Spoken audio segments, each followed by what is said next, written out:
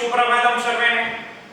આજે આપણે બાયોમોલેક્યુલ્સ જે છે જૈવિક અણુઓ એને જ્યાંથી છોડેલું ત્યાંથી આગળ વધારીએ. યાદ કરો મિત્રો, લાસ્ટ લેક્ચર ની અંદર આપણે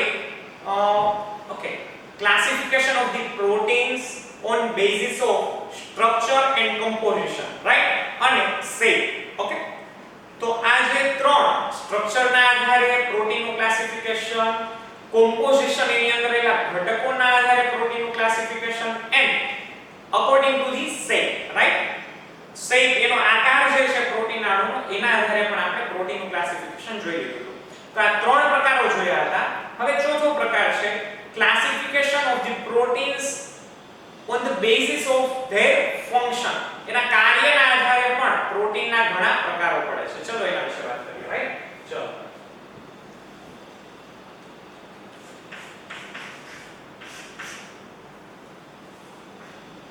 classification of proteins, classification of proteins on the basis of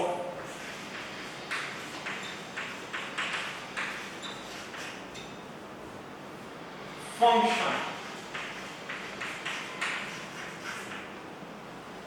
મિત્રો એના કાર્યના આધારે પ્રોટીનના કેટલા પ્રકારો છે એના વિશેની આજે આપણે ચર્ચા કરીશું, રાઈટ. તો જાણીએ છીએ, જો પેલું સ્ટ્રક્ચરલ પ્રોટીન. ઓકે,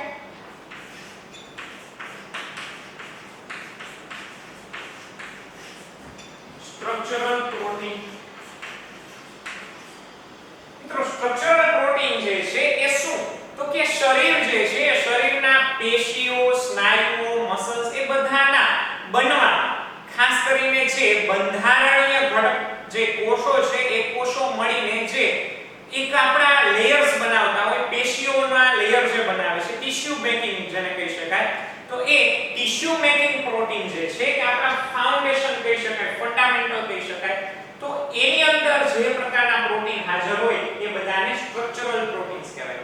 ખાસ કરીને મિત્રો આપણા શરીરમાં એક બેસ્ટ સ્ટ્રક્ચરલ પ્રોટીન જે છે એ છે કોલેજન. એના એક્ઝામ્પલ્સ જોઈએ તો કોલેજન, કોલેજન બી કહેવાય, કોલાજન બી કહેવાય, right. Collagen and elastin, right.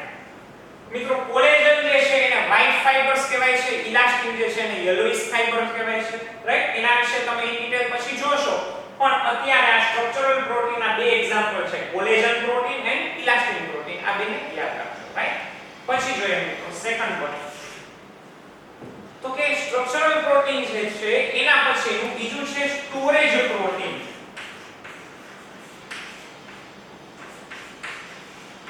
સંગ્રહાત્મક protein કે જે સ્વરૂપે તેનો સંગ્રહ થઈ શકતો હોય, રાઈટ.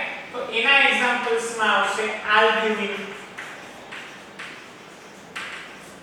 મિત્રો જાણો છો ઈંડુ કે આતે છે તો એની અંદર પ્રોટીન જે છે એ આલ્બ્યુમિનના સ્વરૂપમાં સંગ્રહિત હોય છે, રાઈટ. તો સ્ટોરેજ ફોર્મમાં પ્રોટીન જે છે એ સંગ્રહ તરીકે પણ ઉપયોગ થઈ શકે, તો આલ્બ્યુમિનના ફોર્મમાં એ સ્ટોર થતું હોય છે, રાઈટ. પછી આવશે મિત્રો એન્ઝાઇમ્સ, એન્ઝાઇમેટિક પ્રોટીન્સ, રાઈટ.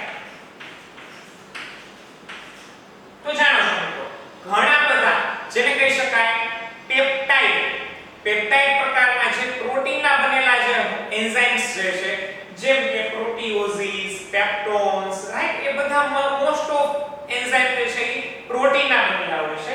તો એના એક્ઝામ્પલ્સ બી ઘણા બધા કહી શકાય. પ્રોટીઓઝીસ,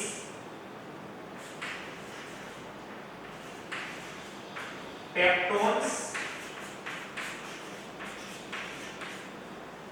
રાઈટ. તો ઘણા બધા એન્ઝાઇમ જે છે એ ઓલમોસ્ટ જે એન્ઝાઇમ જે છે એ કેના બનેલા હોય છે, પ્રોટીનના બનેલા હોય છે. પછી મિત્રો ચોથું જે છે એ હોર્મોન, રાઈટ. હોર્મોન્સ. તો મિત્રો હોર્મોનલ પ્રોટીન્સ જે છે એના એક્ઝામ્પલ્સ માં બી આવશે ઇન્સ્યુલિન, FSH, ઇન્સ્યુલિન, FSH. આમ તો કહી શકાય આને પેપ્ટાઇડ હોર્મોન. જે કોઈ પેપ્ટાઇડ હોર્મોન છે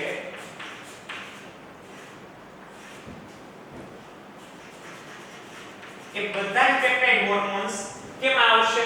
આ બધા પ્રોટીનના બનેલા છે, રાઈટ? તો ઇન્સ્યુલિન છે, FSH છે, તો એ બધા જે છે કે પેપ્ટાઇડ હોર્મોન છે એ પણ પ્રોટીનના બનેલા છે.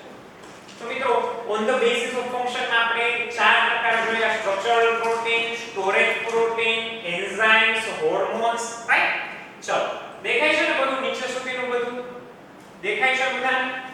રાઈટ. ચલો, તો એ જે છે એના વિશે આપણે અત્યારે આ ચાર જે છે એના વિશે ચર્ચા કરી.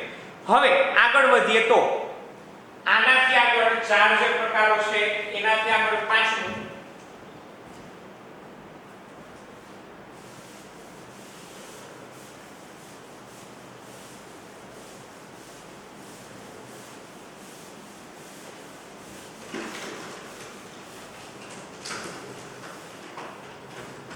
જે છે મિત્રો એ શું છે? ચલો એના વિશે ચર્ચા કરીએ, રાઈટ?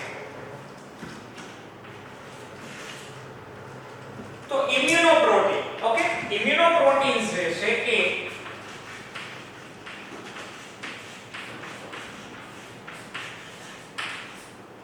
મિત્રો ઇમ્યુનિટી વધારવામાં ખાસ કરીને એન્ટીબોડીના પ્રોડક્શનની અંદર જેનો ઉપયોગ થાય છે એવા ઇમ્યુનોગ્લોબ્યુલિન. એના એક્ઝામ્પલમાં આવશે ઇમ્યુનોગ્લોબ્યુલિન.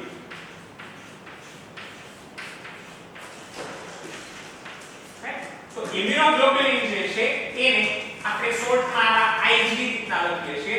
પછી IG ના પણ ઘણા પ્રકાર છે: immunoglobulin A, immunoglobulin G, immunoglobulin M, immunoglobulin D, immunoglobulin E, right? તો IG, IgG, IgA, IgM, IgD અને IgE એવા ઘણા બધા પ્રકારના ઇમ્યુનોગ્લોબ્યુલિન્સ હોય છે. તો એ ઇમ્યુનોગ્લોબ્યુલિન પ્રકારના પ્રોટીન જે છે એને ઇમ્યુનોપ્રોટીન્સ બી કહેવાય છે, ઓકે? એ ખાસ કરીને એન્ટીબોડી પ્રોડક્શનમાં, એન્ટીબોડીના નિર્માણ કરવા માટે ઉપયોગી છે, ઓકે? તો આ જે છે ઇમ્યુનોપ્રોટીન્સ એના વિશે આપણે ચર્ચા કરી. પછીની વાત આવે છે ક્લોટિંગ પ્રોટીન્સ.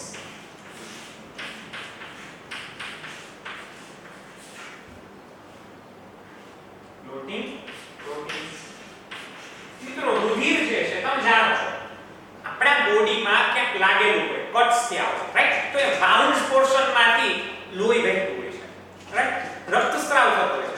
તો એ રક્તસ્રાવ થાય છે તો એ સમયગાળા દરમિયાન તમે જાણો છો એ રુધિરનો સ્ત્રાવ અટકવો જોઈએ. જો ન અટકે તો કંઈક રોગ છે એવું કહી શકાય.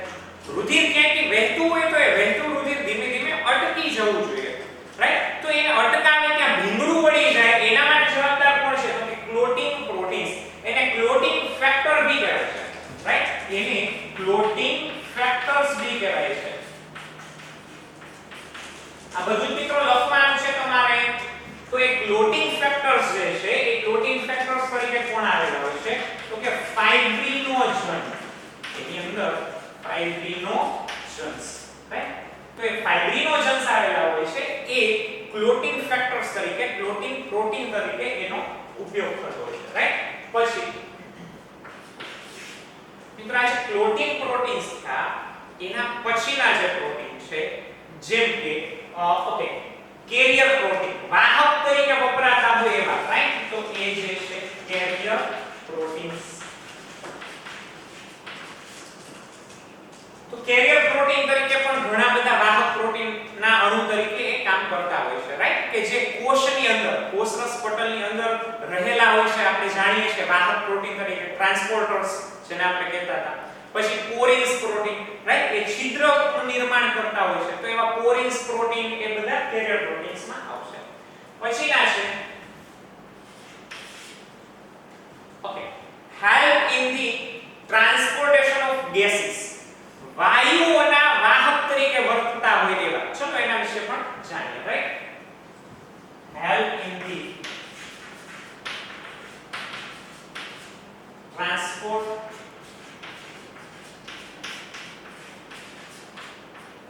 of gases, right? વાયુઓના વહનમાં મદદ કરતા હોય એવા પ્રોટીન. એનું એક્ઝામ્પલ તમે બધા જાણો છો. કયું? Haemoglobin, right? Haemoglobin, right? એને શોર્ટમાં આ રીતના HB ની રીતે લખાય છે. તો એવા ઘણા વાહક પ્રોટીન હોય છે કે જે વાયુઓના વહનમાં મદદ કરે છે, રાઈટ? ઓકે? તો haemoglobin oxygen, carbon dioxide, carbon monoxide, okay, તો એ વેરિયસ કાઇન્ડ ઓફ ગેસીસ જે છે એના ટ્રાન્સપોર્ટેશનમાં મદદ કરતા હોય તો એવા વાયુઓ, એવા કેરિયર તરીકે, એવા વાહક તરીકે હિમોગ્લોબિન વેલ નોન છે, પ્રચલિત છે, રાઈટ? તો આ જે છે 5 6 7 8, તો બીજા 4 પ્રકારો આપણે જોયા. ઓકે, ચાલો હવે ફરી પાછા, ઓકે, 1 મિનિટ માટે દૂર થઈ જાવ છું. લખી લેજો આ બધું જે લખાવું છું એ લખી લેજો, કારણ કે તમારી ટેક્સ્ટ બુકમાં આ નથી આપેલું, રાઈટ? ઓકે, તો એ જે છે એના વિશે તમારે લખી લેવાનું છે. હવે વાત કરીએ આપણે તો કે ભાઈ 9મા નંબર કયું, તો કે કોન્ટ્રાક્ટાઇલ પ્રોટીન્સ. ચલો જોઈએ.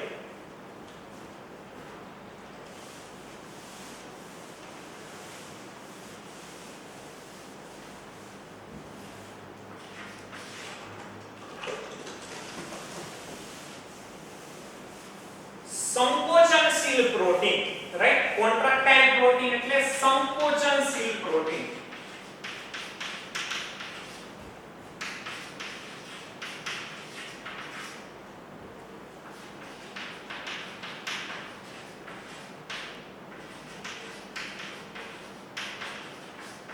એવા પ્રોટીન કે જે સ્નાયુના સંકોચન વિકોચનમાં મદદ કરે, આપણે હલનચલન કરી શકીએ, પરિવહન કરી શકીએ, રાઈટ? તો એ બધામાં જે મદદ કરતા હોય એવા પ્રોટીન્સ કયા છે? તો કે એ પ્રોટીન તરીકે myosin and actin. Actin and myosin, right? These both are the proteins which are used as a contractile protein. ખાસ કરીને મિત્રો આપણા જે મસલ્સ છે, સ્નાયુઓ જે છે, પછી આપણી જે ધમનીઓ છે, શિરાઓ છે, જેમાં રુધિર સતત વહન પામતું હોય, એમાં સંકોચન પરિસંકોચન થતું હોય, પછી આપણી ઓએસોફેગસ એટલે કે અન્નનળી છે કે જેની અંદર પણ સતત સંકોચન પરિસંકોચનની ક્રિયા થતી હોય છે, રાઈટ?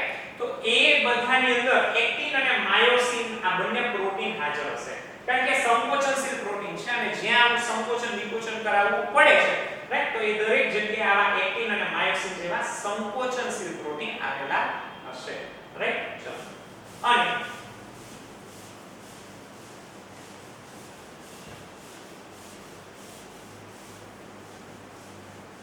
આ જે પ્રોટીન છે એ ખાસ કરીને ઓકે જેને કહી શકાય કે ભાઈ આ દરેક પ્રકારના પ્રોટીનનું ક્લાસિફિકેશન આપણે કેના બેઝ ઉપર કર્યું? તો કે classification of proteins on basis of the function. Okay, અને છેલ્લું જે છે પ્લાઝ્મા પ્રોટીન, ખાસ કરીને એ જે કોષરસ પટલ ઉપર આવેલા હોય છે,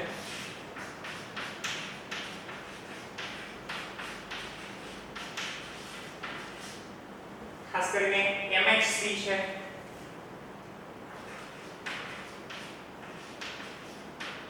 અને પ્લાઝ્મા મેમ્બ્રેન ઉપર રહેલા જે પ્રોટીન્સ હોય છે, રાઈટ?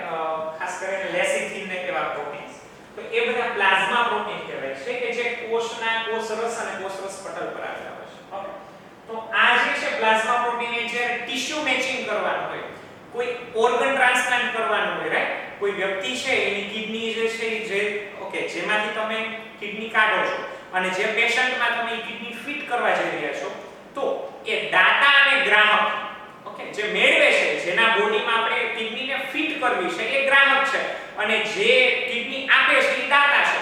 તો એ દાતા અને ગ્રાહક જે છે એ બંનેના પેશી જે છે, ટિશ્યુ જે છે એ મેચ થવા જોઈએ. જો એ ટિશ્યુ મેચ થશે મિત્રો તો અને તો જ શું થઈ શકશે? તો કે તો જ એ ઓર્ગન ટ્રાન્સપ્લાન્ટ કરી શકશો, એ અંગોનું પ્રત્યારોપણ કરી શકશો. તો એ ઓર્ગન ટ્રાન્સપ્લાન્ટેશન કરવા માટે MHC, ખાસ કરીને પેશીમાં રહેલા જે MHC ફેક્ટર જે હોય છે, રાઈટ? એ જે છે એને મેચ કરવામાં આવે છે. જો એ મેચ થતા હોય તો પછી કેરી ઓન આગળ એ પ્રક્રિયાને ચાલુ રાખવામાં આવે છે.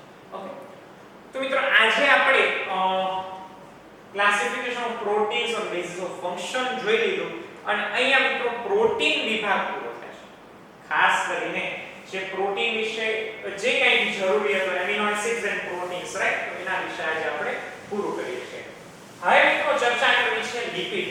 તો લિપિડ જે છે એ શું છે, લિપિડનો ક્યાં ઉપયોગ થાય છે? તો તમે જાણો છો બધા કે આપણા શરીરમાં કાર્બોદિત જે હોય, આપણા શરીરમાં જે કાર્બોદિત હોય એમાં પણ વધારાના જે કાર્બોદિત હશે એ વધારાના કાર્બોદિત કેમાં કન્વર્ટ થઈ જશે?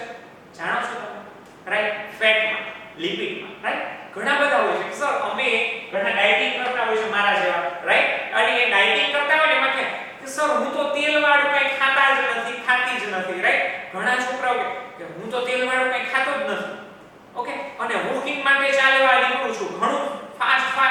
કરું છું.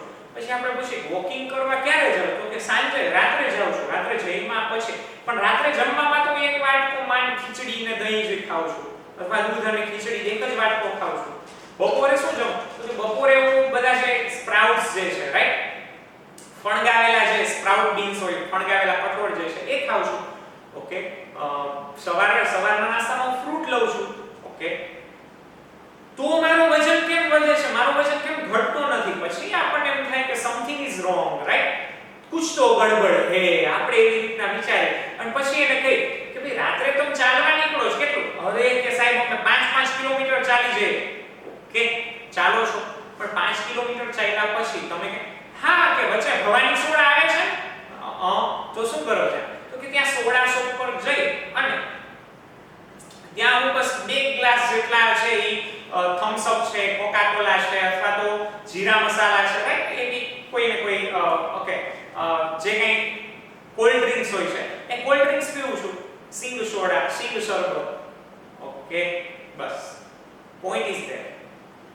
મિત્રો તમે આખા દિવસનું ડાયટિંગ કરેલું ને, આખો દિવસ ડાયટિંગ કરેલું હોય, પણ તમે જો 2 ગ્લાસ થમ્સ અપ પી લો, એક જ ગ્લાસ કાફી છે, 1 ગ્લાસ થમ્સ અપ પી લો ને, અથવા ઓલું રેડ બુલ આવે છે, ઘણા લોકો પીતા હોય છે, રાઈટ, એનર્જી ડ્રિંક. મિત્રો એ એનર્જી ડ્રિંકની કોઈ જ આપણે જરૂર નથી હોતી. ખરેખર તમારે જો એનર્જી ડ્રિંક અથવા એનર્જી મેળવવી જોઈએ ને, તો લીંબુ અને ગોળનું શરબત બનાવો. હા, સાચું છે, ગોળનું શરબત, ખાંડ નહીં નાખવાની, રાઈટ.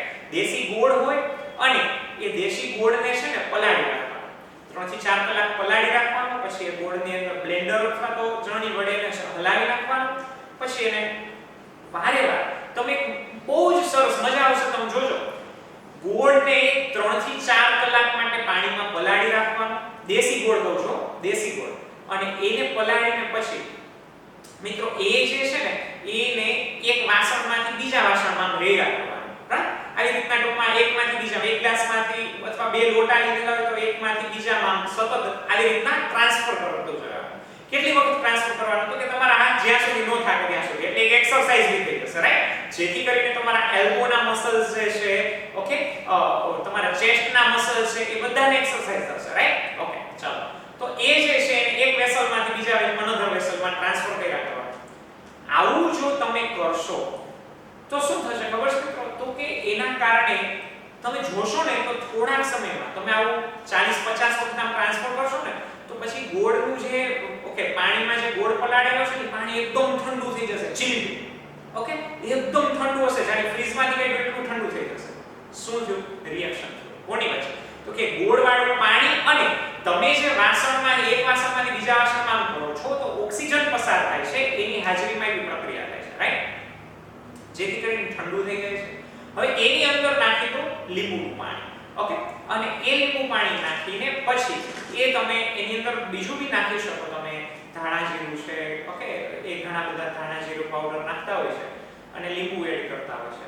મિત્રો બહુ બેસ્ટ ક્વોલિટીનો શરબત બનશે, પીજો, ઉનાળાની અંદર પીજો. હવે તો ઠંડી ધીમે ધીમે શરૂ થઈ જશે, પણ ઓકે હજી વચ્ચે ભાદરવાની અંદર તડકા હવે આવશે, રાઈટ, તો ત્યારે પણ પી શકાય.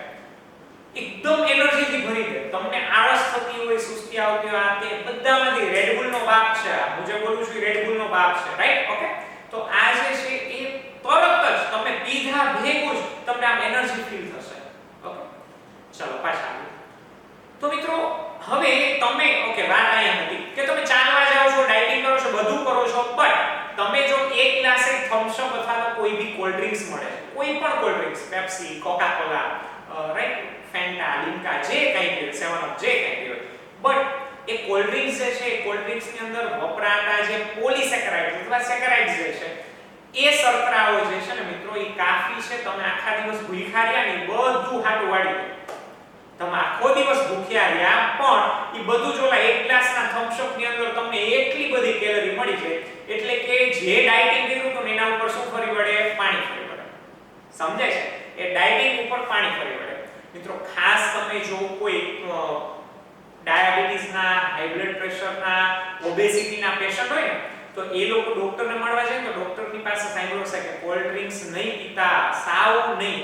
કારણ તો કે કોલ્ડ ડ્રિંક્સ ની અંદર વપરાતા જે સેકેરાઇડ્સ જે છે મિત્રો, એ સેકેરાઇડ્સ આપણા બોડી માટે જરૂર કરતા ઘણા બધા છે, રાઈટ. હવે તમે જમો છો અને જમીન પછી વળી પાછા થમ્સ અપ નો એક ગ્લાસ પી જાઓ એટલે જેટલી કેલરીની જરૂર નથી એના કરતાં વધારે કેલરી આવે. હવે એ વપરાતી તો નથી મિત્રો, એટલું તમારું ફિઝિકલ વર્ક નથી હોતું, તો શું થશે?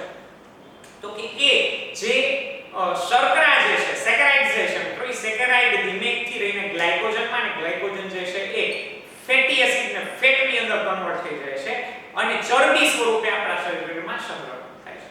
રાઈટ? એટલા માટે ઘણા લોકો ઘી અને તેલ નથી ખાતા હોતા છતાં જાડા હોય છે. કેમ? તો કે ખાંડ ખાતા હોય છે. પૂછી લેજો, એ લોકો ખાંડ ખાતા હશે. અથવા તો મેં કીધું એમ આવી રીતના કોલ્ડ ડ્રિંક્સના શોખીન હશે અને રોજનું એકાદું કોલ્ડ ડ્રિંક પીતા હોય ને મિત્રો, તો કાફી છે તમને ઓબીએસ બનાવવા માટે, તમને આમ કહી શકાય જાડા બનાવવા માટે. રાઈટ? ઓકે, માટે ક્યારેય બી કોલ્ડ ડ્રિંક્સ ન પીવા જોઈએ. રાઈટ? અને એ આમથી હાર્મફુલ છે, ડિકેટ્સ કરે તમારા જે ઓકે પેઢા જે છે, રાઈટ, એ છે દાઢ જે છે એ બધાની અંદર સડો પણ ઉત્પન્ન કરે. ઘણા એક્સપેરિમેન્ટ કર્યો બી હશે, પોતાનો દાંત પડી ગયો હોય, રાઈટ, પાડી નાખતા નહીં પણ પડી ગયો હોય નેચરલી, તો એ દાંત જે છે એને થમ્સઅપની બોટલમાં મૂકી દો, બીજા દિવસે ગાળી લેવાનું, દાંત નહીં મળે, દાંત આખો ઓગળી જશે. હવે સમજી શકો છો એ કેટલું હાનિકારક છે આપણા શરીર માટે. રાઈટ? પછી એવું કરતા નહીં, સારું કે અંદરના જંતુ મરી જાય ને, શું મરે, તમે મરી જાવ, જંતુ નહીં મરે. ચાલો, ઓકે.